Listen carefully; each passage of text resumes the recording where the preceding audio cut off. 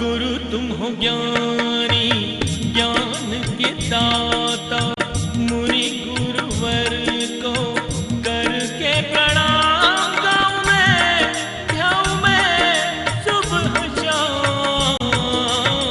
तुलक सागर एक नाम एक नाम। हजारों लोग हमें देखते हैं, हम किसी को नहीं देखा करते हैं। समझ में आ? हमारे अंदर विकार पैदा नहीं होते हैं। समझ में आ रहा है? बाथरूम में भी नहाते 3 बार चटकनी देखते, खुली तो नहीं है, इतने डरते हो। समझ में आ रहा? एक टाविल लपेट के बाहर आने में शर्म आती है। तुम्हारा मुनि तो भरी समाज में सड़कों पर नग्न दिगंबर घूमा करता है, ये उसकी साधना। उनको शर्म नहीं आती है। कौन सा ब्रह्मचर्य नहीं है उनका, बताइए? ब्रह्मचर्य तो है ना। कौन सी उनके अंदर वासना जागृत होती है? खुली किताब है, सामने बैठे, खड़े भी रहते हैं, बैठे भी रहते हैं। कौन सी वासना है? रूप से स्त्रियां आती हैं, सब आते हैं, वासना आती है उनके अंदर। अरे जिस दिन वासना आएगी ना, उस दिन बहू बेटियां दर्शन करना बंद कर देंगी। वो स्त्री निश्चलता से आती हैं, घर के लोग भेजते, जाओ महाराज के दर्शन करो, आशीर्वाद लो। घर के लोगों को भी विश्वास है कि मेरी पत्नी, मेरी बेटी गलत जगह नहीं जा रही है, संत के पास जा रही है। समझ? एक बात ध्यान रखना, बच्ची स्कूल जाए तो आपको डाउट होता है, कॉलेज जाए तो डाउट होता है, दोस्तों के साथ घूमे तो डाउट होता है, लेकिन तुम्हारी बेटी दिगंबर मुनि के पास बैठी है, कोई डाउट नहीं हुआ करता। यही तो ब्रह्मचर्य। और क्या है? और क्या है ब्रह्मचर्य? क्या होता है? चौथा महाव्रत है कि नहीं? परिग्रह। कौन सा महाव्रत? 5वां, अपरिग्रह, है ना।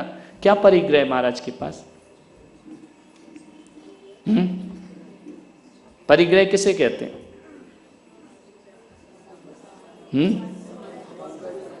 परिग्रह के नाम बताओ। क्षेत्र, वास्तु, हिरण्य, स्वर्ण, धन, धान, कुप्य, भांड, दास, ये परिग्रह है। समझ में आ रहा? क्या है महाराज के पास? खेती चल रही उनकी, जमींदार है, मकान अपने नाम है। तीर्थ में तुम्हारे महाराज ट्रस्टी भी नहीं होते हैं, बनाते हैं, सब कुछ करते हैं, ट्रस्टी तुम होते, मालिक। ट्रस्टी यानी मालिक, मुनि महाराज नहीं होते ट्रस्टी। क्योंकि मालिक बन गए तो उनका घर बन जाएगा, फिर तीर्थ नहीं रह जाएगा। ध्यान रखना, करोड़ों अरबों रुपए की राशि से दान से तीर्थ बनते हैं, लेकिन मुनि उसका मालिक नहीं होता है, मुनि उसका प्रेरणा स्रोत होता है, यह उसका शुभोपयोग। गुप्ती नंदी महाराज ने मंदिर बनवाया, ट्रस्टी है वहां के, विश्वस्त है यहाँ के, बनाया, दर्शन किए, प्रतिष्ठा कराई, चल हमारा है क्या? बोलो, मालिक होते क्या वो? बोलिए, परिग्रह क्या होता है? जो विषय भोग के सामान है वो परिग्रह होते हैं। मंदिर विषय भोग का सामान है, चैत्यालय, जिनवाणी, शास्त्र, पेन, कागज, ये विषय भोग के सामान है। इससे विषय भोग भोगते मुनि महाराज। ये उपकरण है। क्या है? उपकरण किसे कहते हैं? उपकरण किसे कहते हैं? मुनि महाराज के पास कितने उपकरण हैं? बस यही तुम्हारी गलती। 3 नहीं है, बहुत सारे। 3 तो मुख्य हैं, समझ में आ रहा? बाकी और बहुत हैं, वो भी मुनि रख सकता है। पिच्छी, कमंडल, साथ, माला। माला क्या है? विषय भोग की चीज है, कामनाओं की पूर्ति करेंगे उससे। माला काय की चीज है? उपकरण उसे कहते, लिख लो दिमाग में, कॉपी में, किताब में, जो धर्म में सहायक हो वो सब उपकरण हैं, और जो विषय वासना में सहायक हो वो सब परिग्रह है। नहीं आ रहा समझ में? क्लियर हो? माला परिग्रह नहीं होती। परिग्रह को समझो, सोना परिग्रह नहीं है, सोने के आभूषण बनाना परिग्रह है, क्योंकि विषय भोग है, माला विषय भोग नहीं। समझ में आ रहा? यही तो भ्रांतियां निकालना है दिमाग से। सोना परिग्रह नहीं होता है, स्त्री परिग्रह नहीं होती है। जब उस स्त्री से भोग करोगे तो परिग्रह होगी, नहीं तो माता पिता सुता ये परिग्रह, इनका नाम ही नहीं परिग्रह। समझ में आ रहा? माला का उपयोग, यदि वो माला आपने जैसे शादी में डाली माला, कौन बोला निकल गया दिवाला? प्रभु के नाम में जो जो सहायक हैं वो परिग्रह, सोने की मूर्ति परिग्रह नहीं हो सकती है, वह पूजा की चीज है, अर्चना की चीज है, वंदना की चीज है, नमस्कार की, अभिषेक की चीज है। लेकिन सोने के आभूषण ये विषय भोग की चीज है। मुनियों ने क्या छोड़ा है? पाप। पाप यानी विषय भोग, उनको पाप कहते, उनका त्याग किया है ना। समझ में आ रहा? इसको डाउट को निकालो दिमाग से। यदि सोने की माला परिग्रह है तो फिर क्यों कहा अरे घावतारण असि प्रहारण, महल कांच कंचन, है ना, कांच की माला हो या कंचन की हो, उसमें मुनि महाराज क्या भाव रखते हैं? समता भाव। क्या रखते हैं? मन का संतुलन नहीं खोते हैं। सोने की है तो क्या हुआ, फेर ली रख दी, कांच की है तो फेर ली रख दी, उसमें वो भाव नहीं लाते जो सोने के लिए तड़पते हैं। समझ में आ रहा? विषय भोग के भाव नहीं है। उस माला को बेच के महाराज संसार के काम नहीं करेंगे, लेकिन ग्रस्त गरीब हो जाए सोना बेच के विषय भोग करेगा। समझ में आ रहा? विषयों की आशा नहीं जीने की। क्लियर हो रहा? वो परिग्रह नहीं होता है। ये सब धर्म के उपकरण हैं, धर्म के सहायक हैं। चश्मा ये सहायक है या विरोधी है धर्म? फिर एरिया समिति कैसे पालोगे? फिर आहार का शोधन कैसे करो? दिखेगा ही नहीं तो पढ़ोगे कैसे? तो ये क्या बन गया? उपकरण की परिभाषा मूलाचार में देखो ना, भूमि शयन में क्या लिखा है? भूमि शयन का अर्थ है जमीन पे सोना, लेकिन आगे मूलाचार की गाथा में क्या लिखा? फलय पट्टे तृण इनमें भी सोए, क्योंकि जमीन पर बैठते हैं, जमीन पर सोते हैं, वो शुद्धोपयोगी होते हैं। शुभोपयोगी जमीन पे नहीं सो सकते हैं, उनकी एनर्जी खत्म हो जाएगी, वो बीमार हो जाएंगे। सहनन है तो सो जाओ, नहीं है तो ये भी कहा कि इसमें भी चटाई आदि में भी आप सो सकते हैं। ये बातें पढ़ते नहीं हो शास्त्रों में, लगा देते हो कि वही महाराज जो खुले में जमीन पे सो जाए। समझ में? इस शुभोपयोगी की चर्या है। क्लियर? अब चश्मा होगा तो डिब्बी भी होगी कि नहीं? काय में रखेंगे? तो परिग्रह। शास्त्र होगा तो बैग भी हो, ऐसे लेके घूमेंगे सिर पे रख के कि हमारा उपकरण है। बैग भी होगा कि नहीं होगा? है? अब बोले तिलतुष मात्र परिग्रह नहीं। अब तिलतुष क्या होता है? तिलतुष मात्र परिग्रह शुद्धोपयोगी मुनियों को नहीं होता, क्योंकि वो पिच्छी भी नहीं रखते, कमंडल भी नहीं रखते हैं। शुभोपयोगी, अब अकेला मयूर पंख की पिच्छी है तो इसमें धागा लगेगा कि नहीं? तो तिलतुष में तो धागा आ गया, बांधेंगे काय से? बोलो, नहीं आ रहा समझ में? ये काय से बंधी है?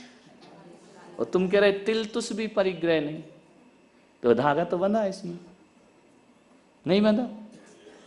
अब ये बनेगी, अब आजकल तो रेडीमेड बनती, पहले हाथ से बनाते थे, तो ब्लेड तो चाहिए ना, कैंची तो चाहिए ना, नहीं तो पंख कैसे काटेंगे? और ये लिखा मुनि अपनी पिच्छी खुद बनाए, वो तो आजकल रेडीमेड मिल जाती है, तो हम लोग मेहनत से बच गए। शुरू में हम खुद बनाते थे। समझ में आ रहा? तो वो पिच्छी बनाने के लिए कितने सामान चाहिए उसको? ये बेंत की लकड़ी भी चाहिए ना।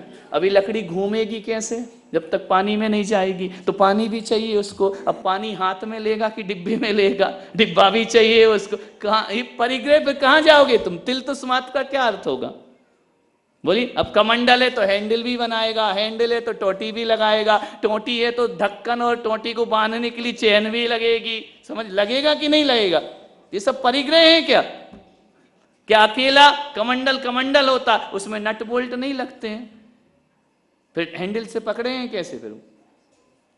तो ये तो कह रहे कि नहीं रखो, उसमें नट क्यों लगे? अब का लकड़ी लगाएगा, वो रस्सी से बांधेगा हैंडल को। बोलो, अब जिनवाणी रखेगा तो बैग भी तो रखे, काय में रखेगा जिनवाणी? बोलिए, ये जितने भी साधन हैं वो कोई भी परिग्रह नहीं है, और परिग्रह में इनका नाम भी नहीं। आभूषण परिग्रह है, सोने की ब्रेड बिस्किट ये परिग्रह हैं। सोने के भगवान छत्र चमर ये परिग्रह नहीं होते हैं, ये तो भगवान को लगा रखे। क्लियर हो रहा? हाँ, नहीं रखना अच्छी बात है, मत रखो, लेकिन किसी ने फेर ली माला सोने की तो ये मत कहना ये परिग्रह, ये नरक जाएंगे। समझ में आपको नहीं रुचता मत रखो, अच्छी बात है। कई लोग तो धागे की भी नहीं रखते, वो हाथ से ही करते है ना, क्या दिक्कत? जितना हो सके करो, लेकिन कोई रखा, कई लोग जमीन पे ही सो जाते हैं, कई को नहीं होता सूट। समझ में आ रहा? तो क्या करे, वो मुनि भ्रष्ट है। बोलिए, भ्रष्ट है क्या वो महाराज? पर अपरिग्रह महाव्रत नहीं है क्या उनके? है। समझ में आ रहा? अब माता जी की साड़ी है, ये परिग्रह थोड़ी है। तुम्हारी साड़ियां परिग्रह हैं, इनकी नहीं है, ये इनकी आवश्यकता है। अब साड़ी है तो धोएंगी भी तो पानी चाहिए, काय में धोएंगी? तो बकेट क्या है, वो परिग्रह। पूरे निर्बद्ध होकर बैठ जाओ, एक एक 8-8 दिन के उपास करके आंख बंद करके भी बैठ जाओ तो भी भगवान कहेंगे तुम शुभोपयोगी हो। नहीं हो सकता, होता ही नहीं है। इसलिए शुद्ध आत्मा की बातें करना बेईमानी है। भावना भाना अलग चीज है, भावना भाव, हम तो आत्मा में डूबे हैं, ये सब बेकार की बात, कोई नहीं डूबता है ना। ये उनका अपरिग्रह महाव्रत। नकल करो, वो उत्कृष्ट शुभोपयोग करो, उत्कृष्ट धर्म ध्यान करो आंख बंद करके। ये मत सोचो कि मैं शुद्धोपयोगी हूं, समझ में? और फिर माता जी को तो हो ही नहीं सकता, सब शुभ, कोई रहो सब, आंख बंद करके भी बैठ जाओ तो भी आप आंख बंद करके सामायिक करो। सामायिक कौन करते हैं? शुभोपयोगी, शुद्धोपयोगी वाले सामायिक नहीं, वो आत्मा में ही लीन रहते हैं। समझ आया? अपरिग्रह महाव्रत। अब देखो बिहार होगा, आहार कैसे होगा? 100-100 किलोमीटर पे समाज नहीं, जिनालय नहीं, आहारचर्या कैसे? आहार तो रोज करना है, शुद्धोपयोगी थोड़ी कि 1-1 महीने नहीं करना। चौका काय में जाएगा? गाड़ी कहां से आएगी? समाज की या महाराज की? महाराज की गाड़ी कब होगी? एक बात बताओ, मैं मान लो तुम्हारे घर में तुम रोक दो मुझे 1 महीने 4 महीने, मैं साल भर क्या जिंदगी भर ही रुक जाऊं तो घर किसका? कानूनन जिसकी रजिस्ट्री। तुमने हमें रुकने को बोला है, रजिस्ट्री थोड़ी कर दी हमारे नाम मकान। ये धर्मशाला हमारे नाम रजिस्ट्री कर दी क्या? और जब तक रजिस्ट्री नहीं हुई मकान किसका? मकान तो मेरा है, महाराज रुके हैं। समझ में आ रहा? हमारा थोड़ी है। तुम रह जाओ अपनी ससुराल में 1-8 साल, कि नहीं मकान हमारा, बाहर निकाल देगा ससुर, बोले रह लो खा लो पी लो, मकान तो मेरा है। समझ में आ रहा है? ये गाड़ी घोड़े साथ में चल रहे हैं, ये महाराज के नाम है क्या? है किसके हैं? श्रावक के। तो किसकी? मान लो एक्सीडेंट हो जाए गाड़ी का तो पुलिस हमें पकड़ेगी या जिसके नाम है उसे पकड़ेगी? है बोल दो ना महाराज के साथ थी, महाराज को ले जाओ, एक्सीडेंट करा दिया, पुलिस कहेगी बकवास मत कर, कागज दिखा, कौन पकड़ा जाएगा? तो गाड़ी किसकी हुई? हम उपयोग कर रहे हैं। भोजन किसका है? तुम्हारा, हम उपयोग कर रहे हैं। मकान किसका है? तुम्हारा, हम उपयोग कर रहे हैं। धर्मशाला किसकी है? तुम्हारी, हम उपयोग कर रहे हैं। समझ में आ रहा? इसलिए हमें उसका पाप नहीं है, हम तो उपयोग, तुमने दी है। क्यों दी है? क्योंकि तुम आलसी हो, तुम चलना नहीं चाहते हो, तुम अपनी श्रावक की नवदा भक्ति नहीं करना चाहते। महाराज ये कर लो ये कर लो, हम भी फ्री हो तुम भी फ्री। समझ में आ रहा? ये गलती तुम्हारी है हमारी? बोलो, तुम्हारी गलती। तुम श्रावक का धर्म निभाओ तो हम क्यों करेंगे? लेकिन तुमने धर्म निभाने की स्टाइल बदल ली है। व्यवस्था कर दो ना यार संघ की, रख दो सब सामान, चलने दो आहार। एक भी मुनि बताओ पंचम काल का जिसका आहार बिना गाड़ी के जाता। कितने भी शुद्ध महाराज हों, पाट्टे काय में जाएंगे हैं? सिर में लेके जाएंगे महाराज, सोएंगे काय में? शुद्धोपयोगी हैं क्या कि जाके खुले में बैठ जाएंगे? बोलो काय में जाएगा ये साधन सब? बड़े बड़े संघों के विहार होते हैं तो रास्ते में उनको पाटे लगते हैं, आहार के पाटे लगते हैं, चौके के बर्तन लगते हैं, काय में जाते हैं महाराज? सिर पे ले जाते हैं। तुम ले जाते ना? पेमेंट कौन देता है? तुम देते ना? तो जो पेमेंट देगा तो मालिकियत किसकी है? तो तुम्हारा है कि हमारा है वो परिग्रह? ये कितने में बनी ये बिल्डिंग? बोलो पीयू, लाखों करोड़ों रुपए लगे होंगे, लाखों तो लगे होंगे ना, तो वो पेमेंट हमने दिया कि तुमने दिया? तुमने दिया ना। तो वो पैसा का जो उपयोग कर रहे हैं हम लोग, तुमने बना के दिए, इसमें पाप हमें लगेगा क्या? किसकी है? समाज की। सारी व्यवस्थाएं साधु के पास समाज की होती है। जिस दिन से घर छोड़ देता है, ये पीछे भी हमारी नहीं है, ये भी तुमने भेंट की है। समझ में? तुमने दी है, हम कमा के लाए क्या? कमंडल किसने दिया? तुमने दिया ना। माल किसका है ये? वो तुम्हारा, एक दिन तुम्हें लौटा देंगे, हमारा काम हो जाएगा। तो नहीं लौटाएंगे क्या? अभी आ रही है दिवाली, तुम्हारी ली तुम्हें वापस कर देंगे, ले भैया ले लो, हमको दूसरी दे दो। समझ में आ रहा? तो उनका कैसे हो गया ये परिग्रह? उनका तो कुछ भी नहीं होता। ये सारी व्यवस्था कौन करता है? श्रावक करता है। इसलिए इस दृष्टि से सोचोगे, इस एंगल से सोचोगे तो मुनि महाराज के अपरिग्रह महाव्रत है। समझ में आ रहा? नहीं है?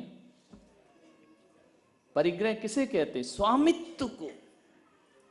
स्वामित्व किसका है? कितने भी तीर्थ बन रहे हैं सब जगह, कुंडलपुर उंडलपुर सब जगह बने ये तीर्थ स्थान, महाराजों ने प्रेरणा दी। आचार्य महाराज ट्रस्टी हैं क्या? स्वामित्व थे, उनके साइन चलेंगे क्या? चेक में उनके साइन चलेंगे क्या? कोई विवाद होगा अदालत का तो महाराज खड़े होंगे या अध्यक्ष खड़ा होगा? यदि वो कहते हैं मेरा लिखो, अब कोई महावीर के नाम से चाय की दुकान खोल ले तो महावीर क्या करेंगे? महावीर टी स्टॉल, महावीर ने तो जिंदगी में चाय नहीं पी, कभी चाय की दुकान में गए भी नहीं होंगे, फिर वो दुकान खोल रहा है महावीर वस्त्रालय, तो महावीर ने तो एक लंगोटी भी नहीं लगाई। गुरु तुम हो ज्ञानी, ज्ञान के दाता, मुनि